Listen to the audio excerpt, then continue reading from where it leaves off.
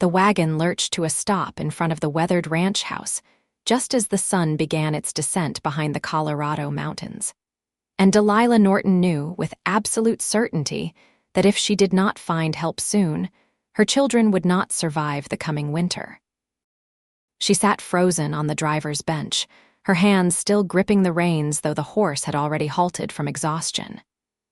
Beside her, 7-year-old Samuel pressed against her side, his thin frame trembling despite the warmth of the late September afternoon in 1882.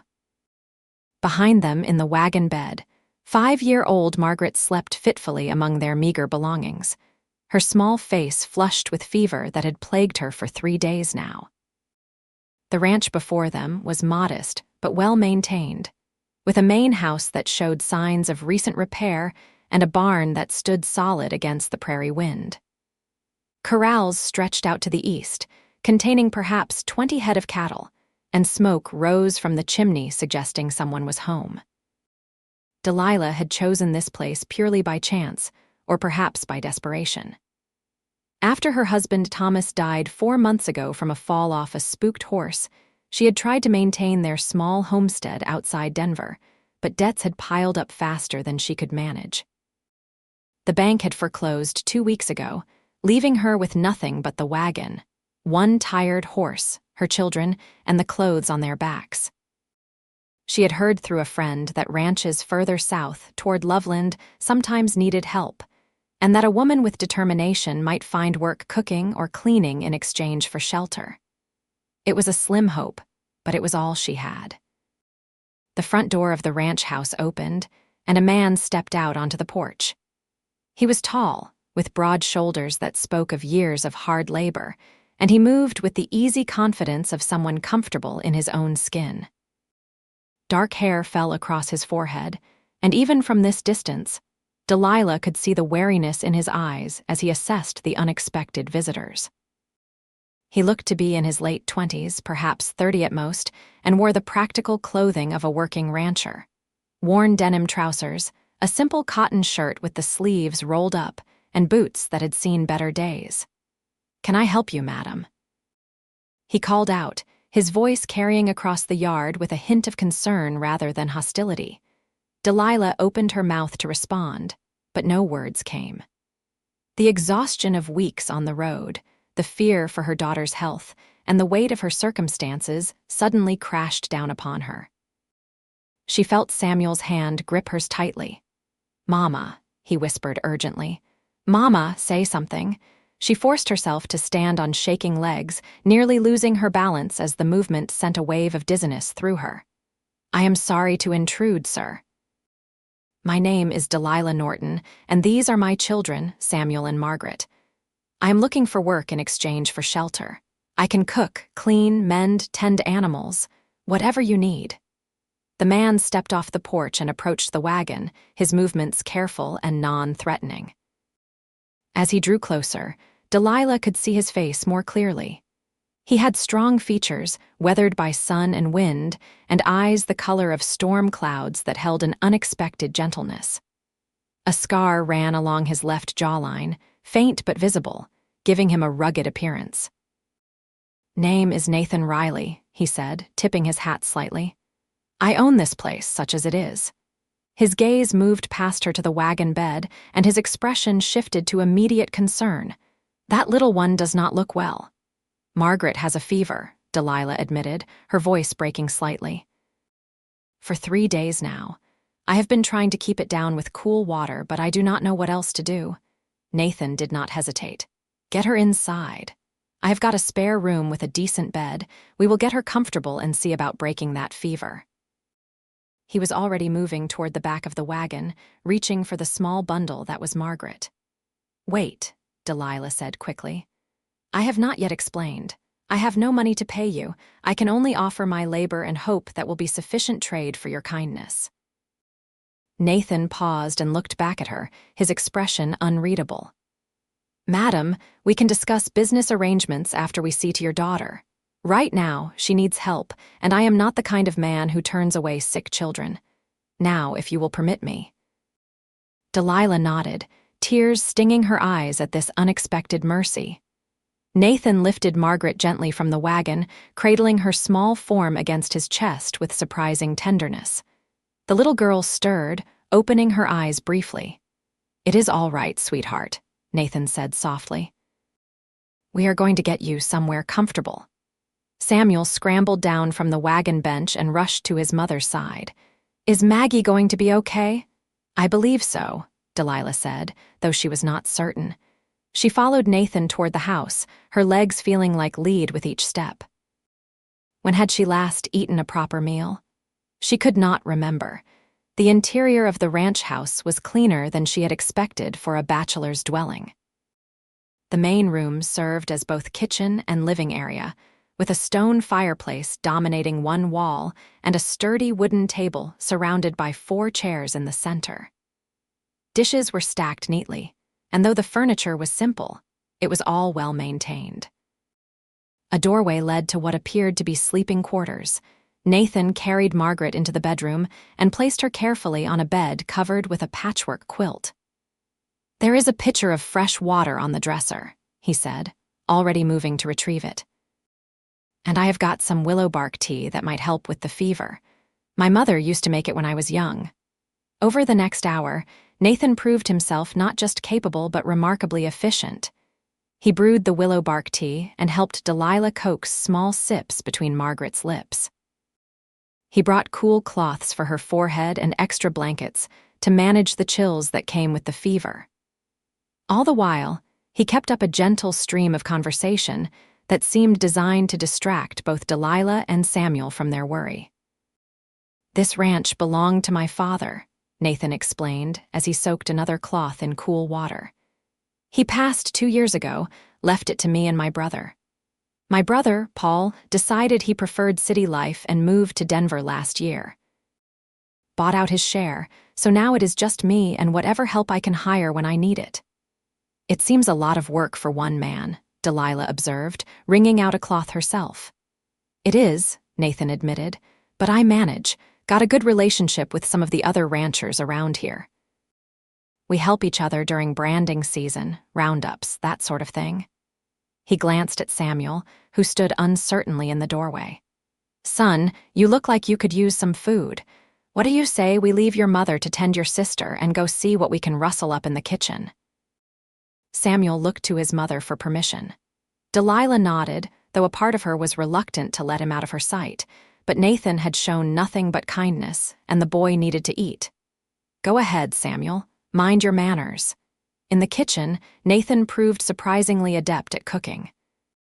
He sliced bread from a fresh loaf and heated up a pot of beef stew that he claimed to have made the day before.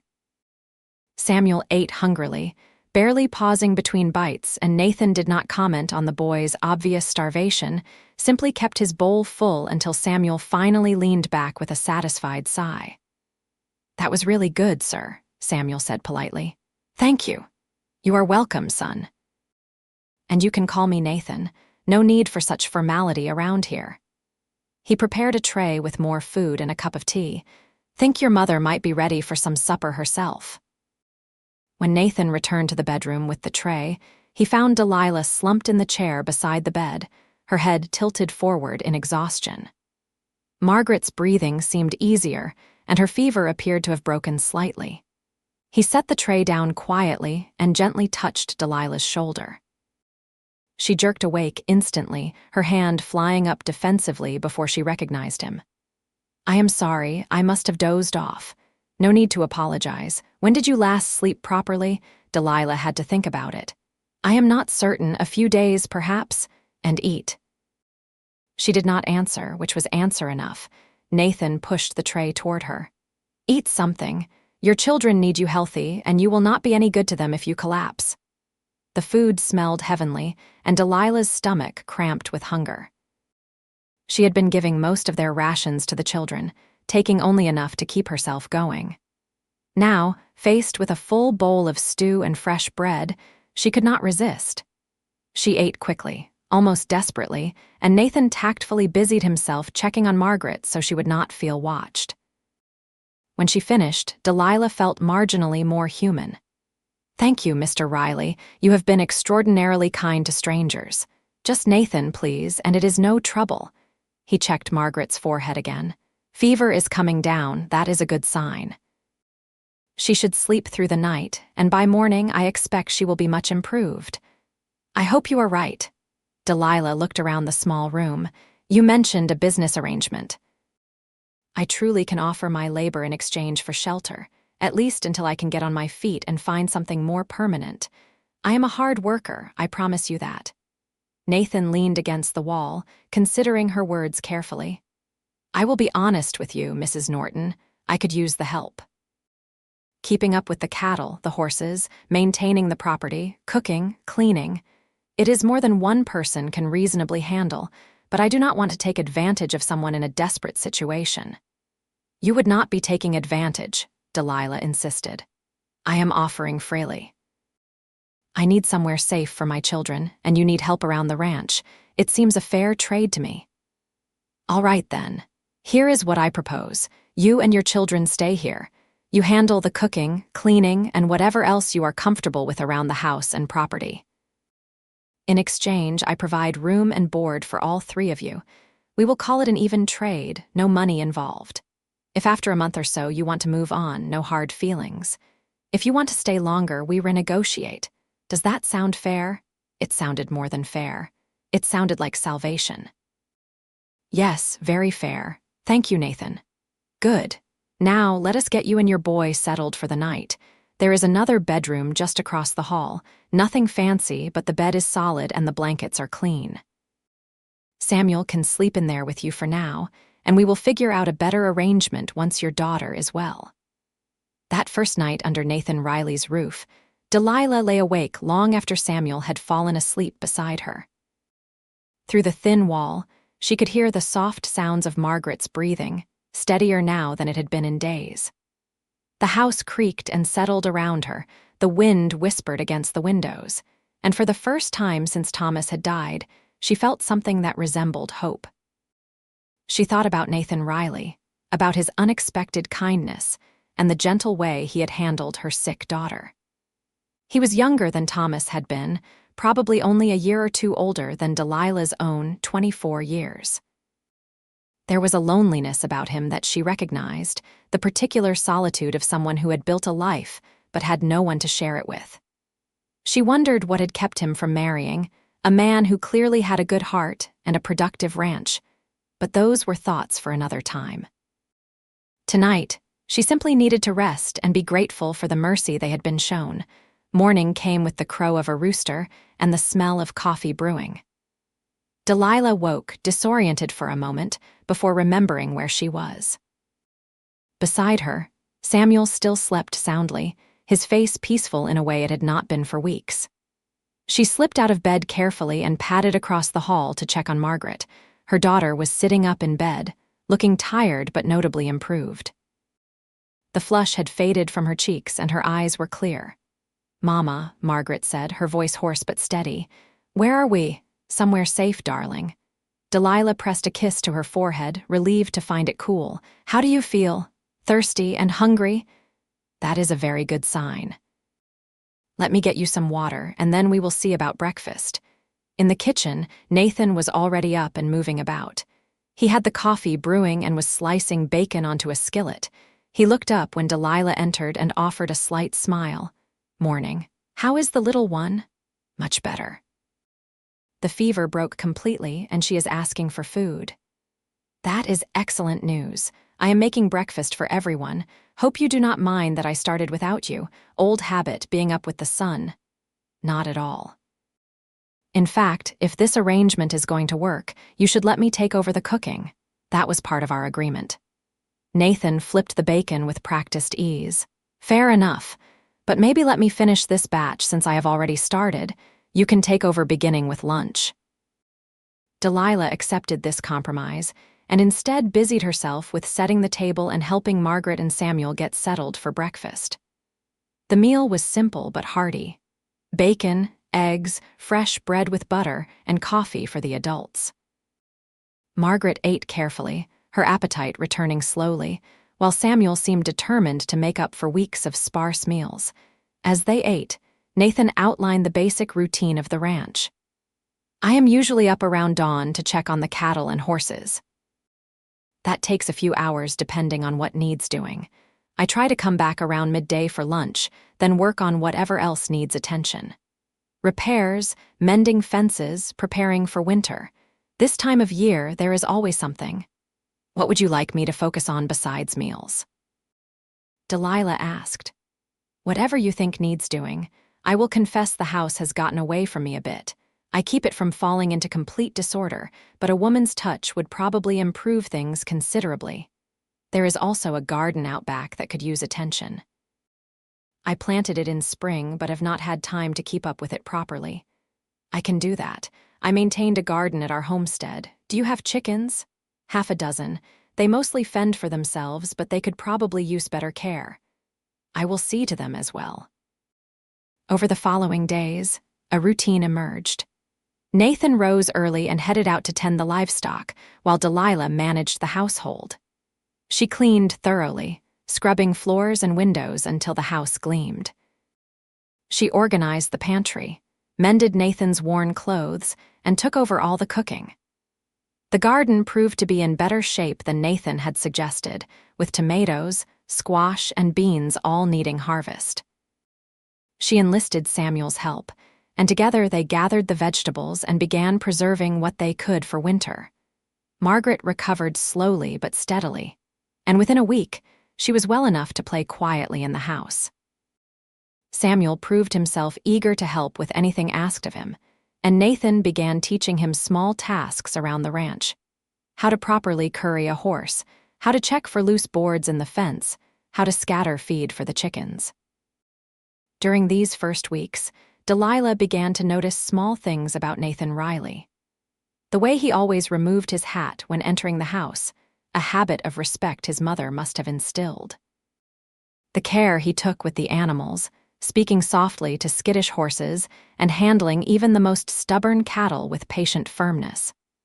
The way he never raised his voice, even when frustrated with broken equipment or escaped livestock. She noticed, too, how he interacted with her children. He treated Samuel with the same respect he would show an adult, explaining tasks thoroughly and praising the boy's efforts genuinely. With Margaret, he was gentle and playful, occasionally making funny faces or telling silly stories that made her giggle. He never overstepped, never tried to replace their father, but he provided a steady male presence that Delilah realized they had been missing desperately. One evening, about 2 weeks after their arrival, Delilah finished cleaning up after supper while Nathan sat at the table repairing a bridle. The children were already in bed, exhausted from a full day of activity. The quiet felt comfortable rather than awkward, the silence of two people at ease in each other's company. "I want to thank you again," Delilah said, hanging the dish towel to dry, "for taking us in. I know I have said it before, but I truly do not know what we would have done without your kindness." Nathan looked up from his work. "You have more than earned your keep, Delilah. I have not eaten this well in years, and the house has never looked better. If anything, I should be thanking you." "It is more than that, though. You did not have to help us. Most men would have turned us away, or at least been far less generous with the arrangement." He set down the bridle and met her eyes. "Can I ask you something personal?" "Of course." "What happened? To your husband, I mean." "If you would rather not talk about it, I understand." Delilah sank into the chair across from him. She had not spoken about Thomas's death in detail to anyone, but something about Nathan's quiet presence made it easier. "He was breaking a horse, a young stallion we hoped to sell." Thomas was good with horses, had broken dozens before, but this one was different, more wild. It spooked at something, a snake maybe, and reared up. Thomas was thrown. He hit his head on a rock. "I am sorry. That must have been terrible." He died instantly. "They told me he did not suffer, and I suppose that is a small mercy. But it left us in a difficult position. We had debts, and without Thomas's income, I could not manage. I tried, truly I did. But the bank did not care about a widow's circumstances. They foreclosed, and suddenly we had nothing." "Did you have family you could turn to?" "My parents died when I was young. Thomas had a brother in Kansas, but we have not heard from him in years. There was no one. She twisted her hands together in her lap. I considered going to Denver, maybe finding work in a hotel or restaurant, but I heard stories about what sometimes happens to women alone in the city with children. I thought we might have better luck with the ranches. You thought right, Nathan said firmly, and I am glad you ended up here. So am I. Their eyes held for a moment, and Delilah felt something shift in her chest, a flutter of feeling she had not experienced in a long time. She looked away quickly, suddenly flustered. Nathan cleared his throat and returned his attention to the bridle. Well, I should probably finish this and turn in. Morning comes early. Yes, of course. Good night, Nathan. Good night, Delilah. As September gave way to October, the weather began to change. The warm autumn days grew shorter and frost touched the grass in the mornings. Nathan spent more time preparing the ranch for winter, reinforcing the barn, stacking firewood, checking that all the animals had adequate shelter. Delilah worked alongside him when she could, helping to weatherproof the windows and doors, preserving the last of the garden vegetables, and making sure they had adequate supplies to see them through the cold months. The work brought them into close proximity more often. They would reach for the same tool and their hands would brush. They would work side by side on a project, their shoulders touching. Each small contact seemed to carry an electric charge, and Delilah found herself increasingly aware of Nathan's presence, the sound of his voice, the way he moved. She tried to tell herself it was simply gratitude, that any feelings she had were just a natural response to his kindness. But late at night, lying alone in her bed, she knew it was more than that. She found herself thinking about the laugh lines around his eyes, the way his hair fell across his forehead when he was concentrating, the strength in his hands tempered by an underlying gentleness. It felt wrong somehow, disloyal to Thomas's memory. Her husband had been dead less than 6 months. Was she really so weak that she could develop feelings for another man so quickly? But Thomas was gone, and she was still alive. Her children were alive. And Nathan Riley had shown her more kindness and consideration than she had any right to expect. One afternoon in mid-October, Nathan returned from checking the northern fence line with a worried expression. Delilah was in the kitchen preparing dinner when he came in, and she immediately noticed his concern. "What is wrong?" "Storm coming," he said, moving to the window. "A big one, if I am reading the signs right. We might be in for the first real snow of the season, and it is going to come down hard." Delilah joined him at the window. The sky to the north was indeed darkening ominously, heavy clouds rolling across the prairie like a gray blanket. "What do we need to do?" "Make sure all the animals are secure, bring in extra firewood, fill every container we have with water in case the pump freezes. If it is as bad as I think it will be, we might not be able to get outside for a few days." They worked together with focused efficiency, racing against the approaching storm. Nathan secured the cattle in the near pasture and made sure the barn was properly closed. Delilah brought in load after load of firewood, stacking it near the fireplace until they had enough for a week. Samuel helped fill buckets and basins with water, while Margaret, still regaining her full strength, folded blankets and helped prepare the house for cold weather. The first snowflakes began to fall just as they finished their preparations. Within an hour, those gentle flakes had become a blinding blizzard. Wind howled around the house, rattling windows and finding every tiny crack in the walls. Snow fell so thickly that they could not see the barn from the house windows. "Everyone inside and staying inside," Nathan announced firmly. "This is not weather to take chances with."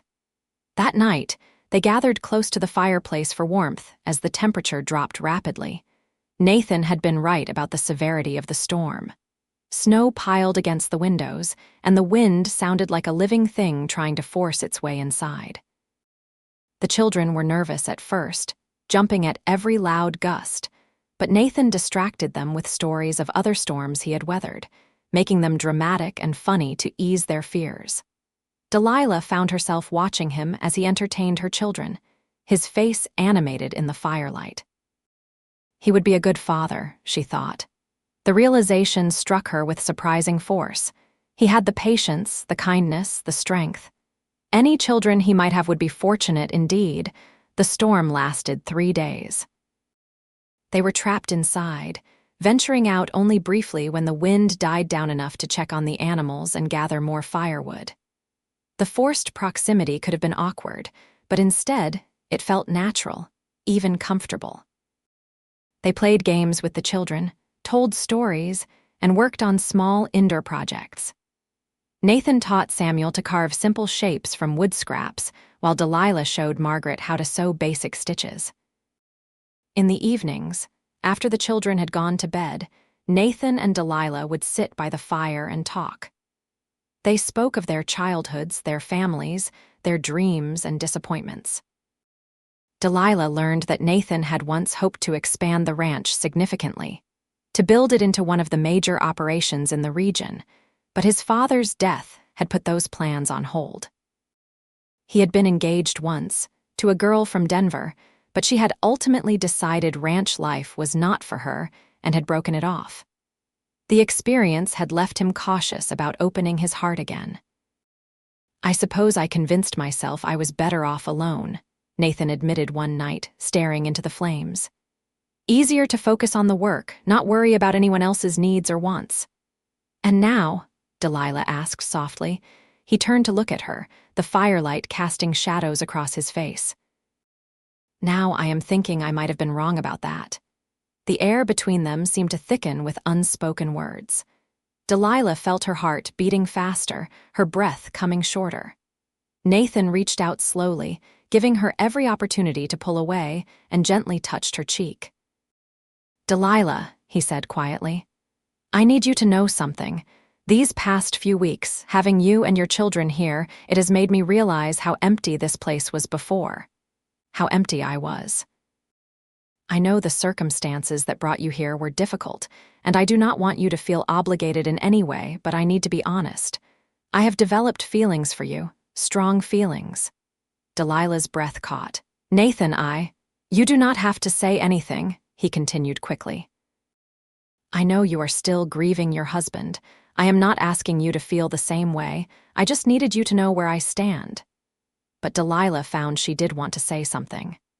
"I do feel the same way. It surprised me too, how quickly it happened.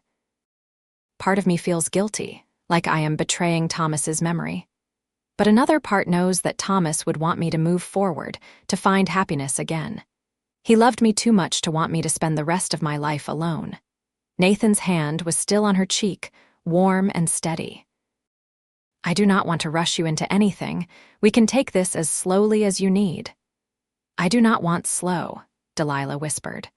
"I have seen too much of life to waste time when something good comes along.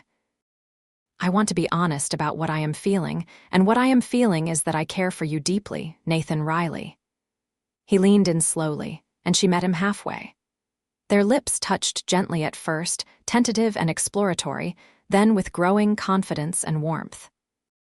The kiss felt like coming home, like finding something she had not even known she was searching for.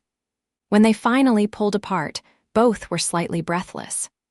"I guess that settles our business arrangement," Nathan said with a slight smile. "We are going to need to renegotiate terms." Delilah laughed softly. "I suppose we are." They stayed up late into the night, talking and stealing kisses, planning a future that had seemed impossible just weeks ago. By the time the fire burned down to embers, and they reluctantly parted to their separate rooms, Delilah felt lighter than she had in months. The storm finally broke on the 4th day, revealing a world transformed by snow. Everything was buried under at least 2 feet of white powder, pristine and glittering in the sunshine. Nathan dug paths to the barn and the chicken coop, while Delilah and the children worked to clear snow away from the house. The work was hard but satisfying, and the children delighted in the snow, having snowball fights and attempting to build a snowman. Life settled back into routine after the storm, but everything felt different now. There was an openness between Nathan and Delilah that had not existed before, an acknowledgement of feelings that changed the dynamic of their relationship.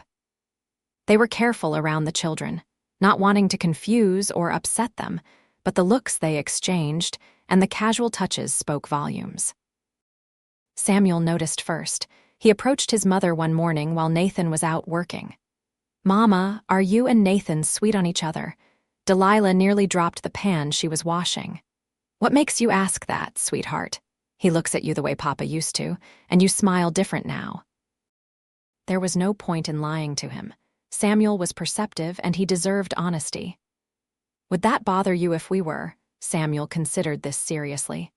"I do not think so. I miss Papa a lot, but he is gone. Nathan is nice to us and he makes you happy. I think that is okay."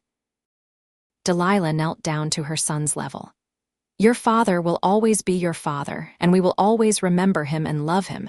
Nathan would never try to replace him. But you are right that Nathan makes me happy, and I make him happy too. Is that something you could accept?" "Yeah," Samuel said after a moment. "Yeah, I think I can." Margaret, being younger, adapted even more easily. She had taken to Nathan immediately, and as far as she was concerned, having him around more permanently would be wonderful. As October turned to November, Nathan and Delilah began discussing their future more seriously.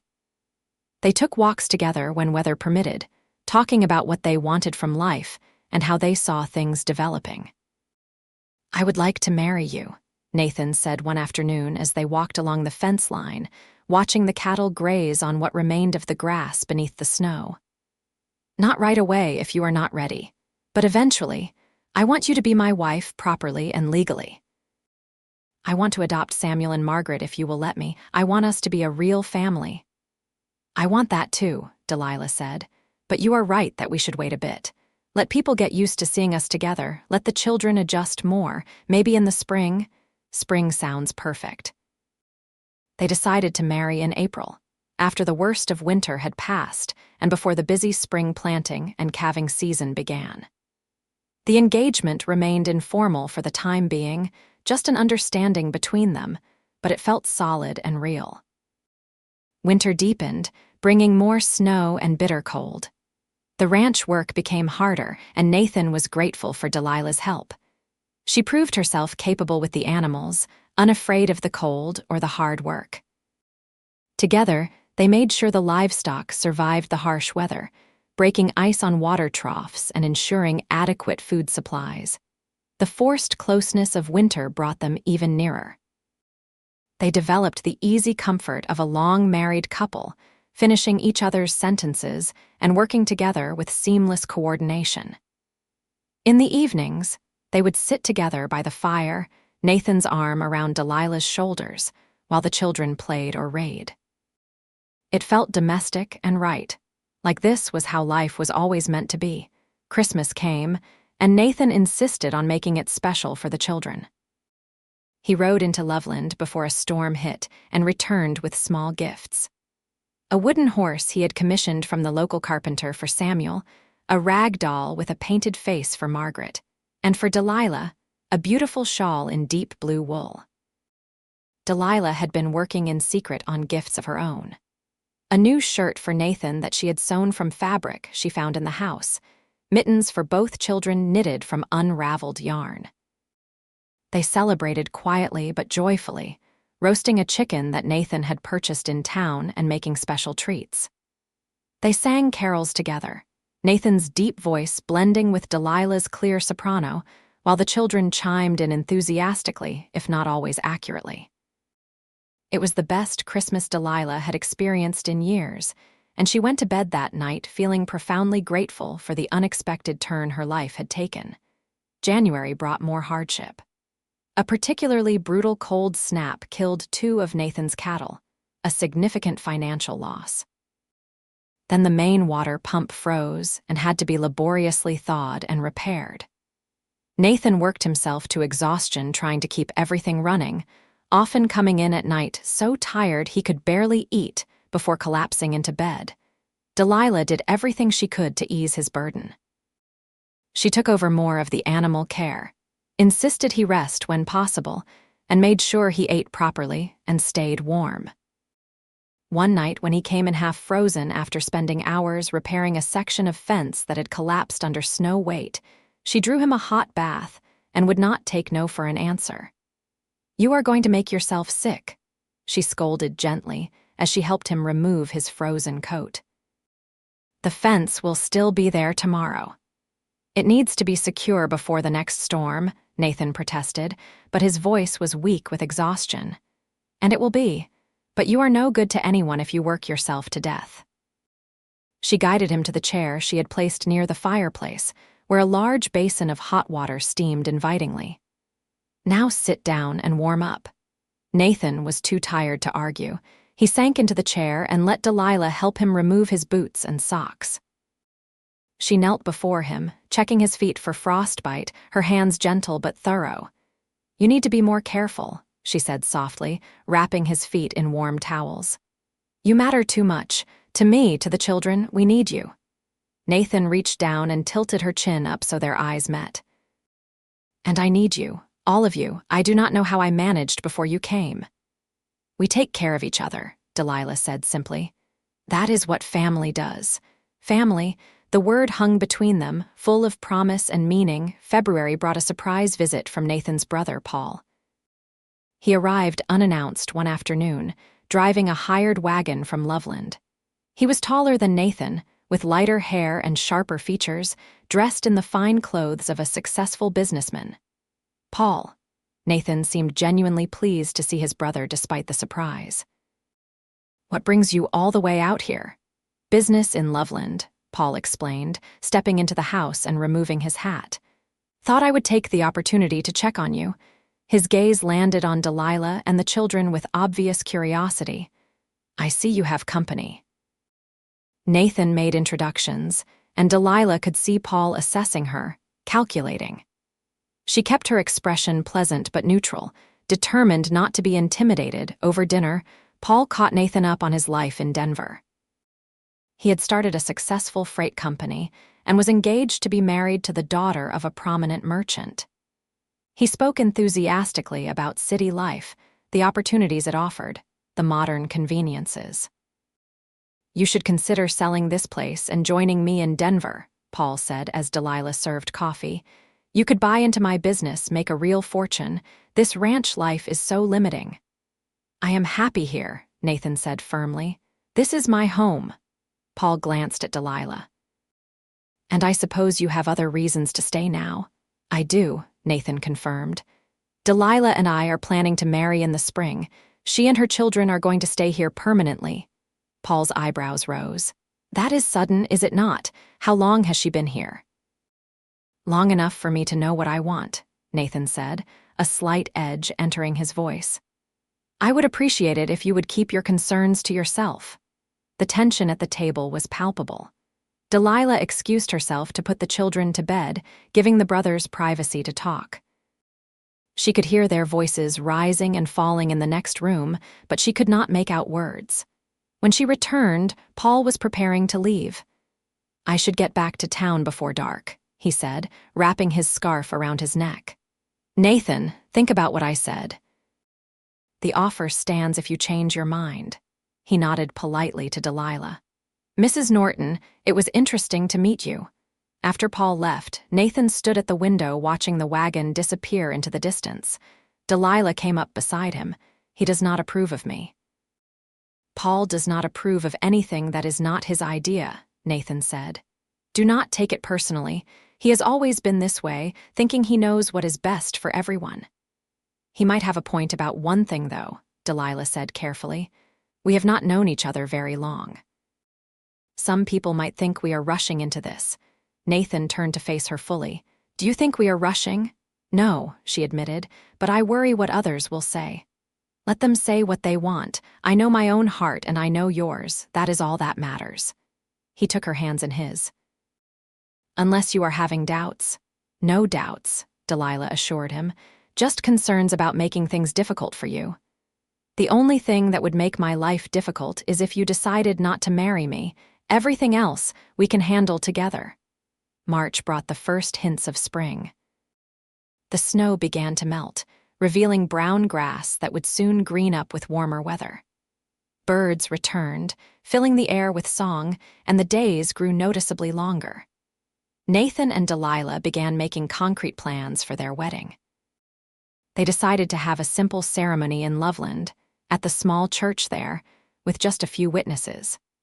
Nathan purchased a gold band from the town jeweler, a simple but beautiful ring that Delilah declared perfect. She worked on altering a dress she had found stored in Nathan's mother's trunk, a lovely cream-colored creation with lace at the collar and cuffs. The children were excited about the wedding, particularly Margaret, who could not stop talking about having a new father. Samuel was more reserved in his enthusiasm, but Delilah could tell he was pleased. He had bonded strongly with Nathan over the winter, and the idea of making their arrangement permanent clearly appealed to him. One evening in late March, Nathan sat down with both children for a serious conversation. Delilah listened from the kitchen, giving them space but wanting to hear what was said. "I want to talk to you both about what is going to happen after your mother and I get married," Nathan began. "First thing you need to know is that I am not trying to replace your father. He was your father and he always will be, but I would like to be a father to you too if you will let me. That means I will take care of you, protect you, teach you things, and love you the way a father should." "Like you have been doing already?" Samuel asked. "Yes, exactly like that. But more permanent. I am also going to adopt you legally, which means you will have my last name if you want it. You will be Samuel Riley and Margaret Riley, but only if you are comfortable with that." "I think I would like that," Samuel said slowly. "It makes us more like a real family." "We are a real family already," Nathan assured him. "The name just makes it official." "Can I still remember my papa?" Margaret asked in a small voice. Nathan pulled her onto his lap. "Of course you can, sweetheart. You should always remember him." "Tell me about him sometimes, so I can know what kind of man he was." "He used to tell me stories at bedtime," Margaret said, "about brave knights and princesses. Then I will tell you stories too, and we will remember your papa together. How does that sound?" "Good," Margaret said, snuggling against his chest. Delilah had to wipe tears from her eyes. Watching Nathan with her children, seeing the care he took with their feelings, only confirmed what she already knew. She was making the right choice, not just for herself but for Samuel and Margaret as well. The wedding took place on a bright April morning, with wildflowers blooming across the prairie and the sky a brilliant blue. Delilah wore the altered cream dress and carried a simple bouquet of early spring flowers that Nathan had picked for her. Samuel and Margaret stood up with them, dressed in their best clothes, beaming with pride and excitement. The ceremony was brief but meaningful. As Delilah repeated her vows, looking into Nathan's storm-gray eyes, she felt a sense of rightness that went soul-deep. This was where she was meant to be, with this man, building this life. When Nathan slipped the ring onto her finger and kissed her to seal their union, she felt tears of joy slip down her cheeks. After the ceremony, they had a small celebration at the hotel restaurant in Loveland. A few of Nathan's rancher friends had attended the wedding and joined them for the meal, toasting the new couple and welcoming Delilah to the community. Everyone was warm and accepting, and Delilah began to feel like she might truly belong here. That night, after tucking the children into bed in their own room that Nathan had prepared for them, Delilah and Nathan finally had their wedding night. They came together with a mixture of tenderness and passion, learning each other's bodies and finding joy in their physical union. For Delilah, it felt like a rebirth, a new chapter opening in her life. In Nathan's arms, she felt safe, cherished, and desired. As spring progressed into summer, life on the Riley Ranch flourished. Nathan's cattle multiplied with several successful births that boosted his herd.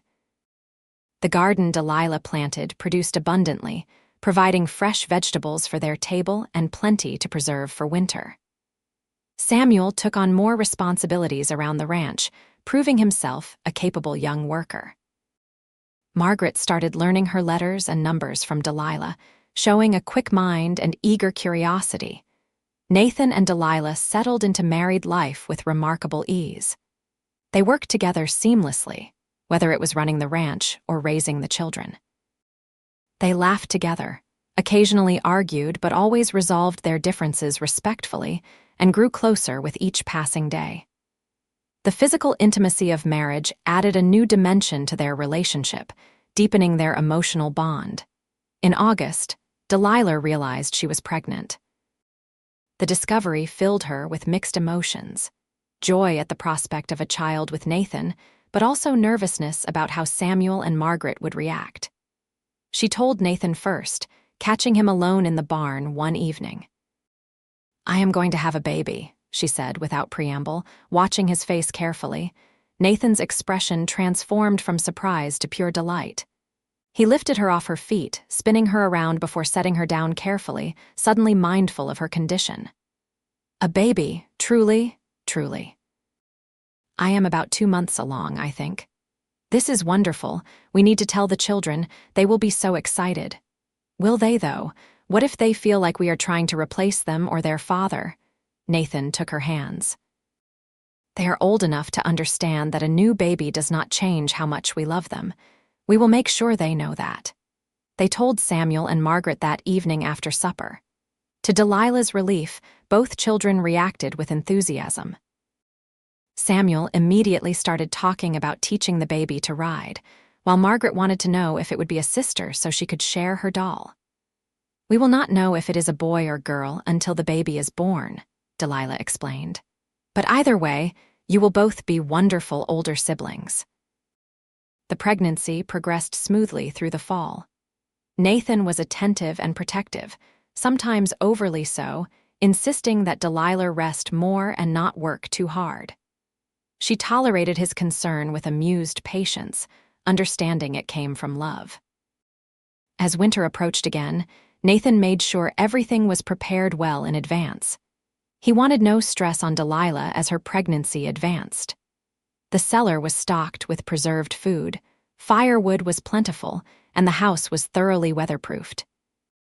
The baby came in early March, just as the snow was beginning to melt. Delilah's labor was long but not complicated, with a midwife from Loveland attending. Nathan waited anxiously in the next room, pacing and periodically checking on her progress. Samuel and Margaret stayed with a neighbor during the birth, but Nathan sent word the moment the baby arrived. It was a boy, healthy and strong-lunged. When Nathan first held his son, tears streamed unashamedly down his face. "He is perfect," Nathan whispered, staring down at the tiny face. "What should we name him?" "I was thinking Thomas," Delilah said softly. "For my first husband, unless that would bother you." Nathan looked at her with such love that it took her breath away. "I think that is perfect. Thomas Riley, he would have been proud." When Samuel and Margaret returned home and met their new brother, the family felt complete. Samuel held the baby carefully, marveling at how small he was. Margaret insisted on helping with everything, fetching diapers and blankets, singing to the baby when he fussed. Life with a newborn was exhausting but joyful. Nathan proved himself an involved father, taking his share of nighttime duties and diaper changes without complaint. He continued to give Samuel and Margaret attention and time, making sure they never felt neglected because of the baby. As Thomas grew from infant to toddler, the ranch continued to prosper. Nathan expanded his herd and improved the property, adding a new chicken coop and enlarging the barn. His reputation as a fair dealer and quality rancher spread, bringing him more business opportunities. Samuel grew into a capable teenager, taking on more adult responsibilities around the ranch. At 16, he was already a skilled horseman and cattleman, and Nathan talked about making him a junior partner in the operation. Margaret, at 14, helped her mother with the household and showed talent for cooking and sewing. She also had a gift with animals, particularly the horses, and Nathan let her help train the younger ones. On a warm spring evening, 5 years after little Thomas's birth, Delilah stood on the porch watching the sunset paint the Colorado sky in shades of pink and gold. Nathan came up behind her, wrapping his arms around her waist and resting his chin on her shoulder. From inside the house came the sounds of the children, Samuel teaching Thomas how to stack blocks, Margaret singing as she set the table for supper. "Happy," Nathan murmured in her ear. "More than I ever thought possible," Delilah admitted. "When I arrived here with 2 frightened children and no prospects, I could not have imagined this life. Best decision I ever made, asking you to stay. Best decision I ever made, saying yes." She turned in his arms to face him. "Thank you, Nathan, for seeing us when we needed to be seen. For staying when you could have let us go. For building this life with me." "Thank you for giving me a reason to build it," Nathan replied. "For making this house a home, for giving me a family." He kissed her softly. "I love you, Delilah Riley. I love you too." They stood together as the sun sank below the horizon. 2 people who had found each other in the most unexpected way and built something beautiful from the ashes of loss and loneliness. Inside, their children laughed and played, safe and loved and thriving. The ranch would continue to grow and prosper over the years. Samuel would indeed become Nathan's partner and eventually take over the operation, running it with the same integrity and skill his adoptive father had shown. He would marry a local girl and bring his own children to the ranch, ensuring another generation of Rileys on the land. Margaret would meet a young veterinarian who came through Loveland and fall deeply in love. She would move to town with him, but remain close to the family, visiting often and bringing her expertise with animals to help her brother with the ranch. Thomas would grow up strong and confident, secure in the love of his parents and siblings. He would show an aptitude for business that Nathan would encourage, and eventually, he would handle all the financial aspects of the ranch operation, freeing Samuel to focus on the practical work. Nathan and Delilah would have one more child, a daughter they named Rose, who would prove to be a delightful handful with her mother's determination and her father's stubbornness. She would keep them young and active well into their later years, but all of that was in the future. For now, on this perfect spring evening, Nathan and Delilah simply held each other and watched the stars emerge one by one in the darkening sky. They had found something precious, a love built on mutual respect, shared struggle, and genuine affection. They had created a family from broken pieces and made something whole and beautiful. The prairie wind whispered through the grass, carrying the scent of new growth and promise. Somewhere in the distance, a coyote howled, and the cattle lowed softly in their pasture. The house behind them glowed with warm lamplight, a beacon of home and safety in the vast wilderness. Delilah thought back to that desperate day when she had driven her wagon up to this ranch, sick with fear and uncertainty. She had been looking for work, for shelter, for survival. Instead, she had found everything she had never dared to hope for: love, security, family, and a future bright with possibility. Nathan had seen her struggle that day. He could have turned her away, could have offered the bare minimum and sent her on her way once Margaret recovered. Instead, he had stayed. He had opened his home, his heart, and his life to her and her children. That one decision, that choice to see another person's need and respond with compassion, had changed everything. "We should go in," Nathan said eventually, though he made no move to release her. "The children will be wondering where we went." "One more minute," Delilah requested, wanting to hold on to this perfect moment just a bit longer. "Just let me appreciate this, all of this." Nathan tightened his arms around her. "Take all the time you need, I am not going anywhere." And that, Delilah thought, was the heart of it. Nathan was not going anywhere. He had stayed when staying mattered most, and he would continue to stay through all the days and years to come. She had his constancy, his love, his partnership. Finally, they went inside together, closing the door on the cooling night. The children greeted them with demands for attention and questions about supper. Thomas wanted to be picked up, and Margaret needed help with something she was sewing, and Samuel had a question about the next day's work. Delilah and Nathan moved into the comfortable chaos of family life, dividing tasks and tending to needs with the practiced ease of a well-matched team. They sat down to supper together, the table full and lively with conversation and laughter. Nathan said grace, thanking God for the food and for the family gathered around the table. After the meal, they moved through the evening routine. Dishes washed and put away, children prepared for bed, stories told and songs sung. Nathan tucked Samuel in while Delilah settled the younger children. They met in the hallway afterward and shared a tired smile. "Another day done," Nathan said, "and tomorrow we start again," Delilah replied. "Looking forward to it," Nathan said, and he meant it. Every day with this family, this life, was a gift he never took for granted. In their own room, finally, they prepared for sleep in comfortable silence. Delilah brushed out her hair while Nathan pulled off his boots. They climbed into bed and Nathan pulled her close, her back against his chest, his arm draped over her waist. "Nathan," Delilah said into the darkness. "Do you ever regret it, taking us in that day?" "Never, not once, not even for a second." He kissed her shoulder. "Why do you ask?" "I just want to make sure you know how much it meant, how much you mean. I do not think I tell you often enough." "You tell me every day," Nathan assured her. "In 1,000 small ways. I see it in how you care for our home, how you raise our children, how you stand beside me through good times and bad. You do not need words to tell me. I already know. Still, I want you to hear it. I love you, Nathan Riley, with everything I am." "And I love you, Delilah Riley, more than I thought it was possible to love anyone." They lay together in the quiet darkness, listening to the house settle and the wind whisper outside. Both knew how lucky they were, how easily things could have been different. If Delilah had chosen a different ranch, if Nathan had been less compassionate, if they had not been willing to take a risk on each other. But they had chosen each other, first out of necessity and later out of genuine love.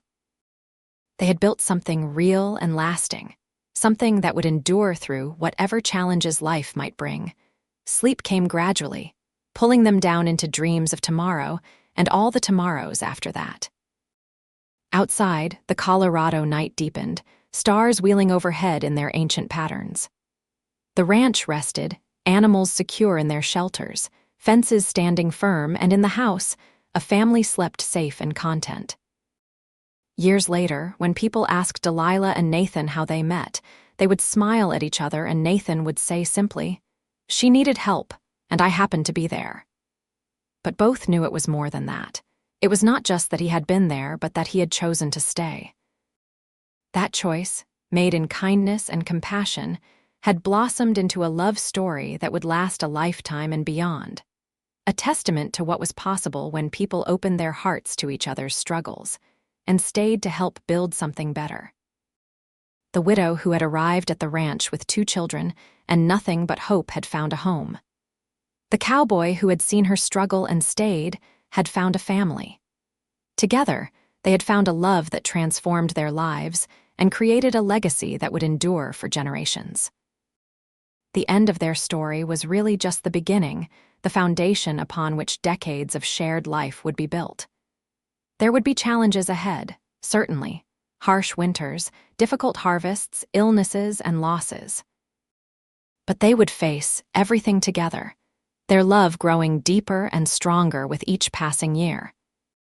In the quiet ranch house, as the moon rose high and silver over the Colorado prairie, the Riley family rested in the peace of knowing they were exactly where they were meant to be, with exactly who they were meant to be with. The widow and the cowboy had found each other against all odds, and in finding each other, they had found home.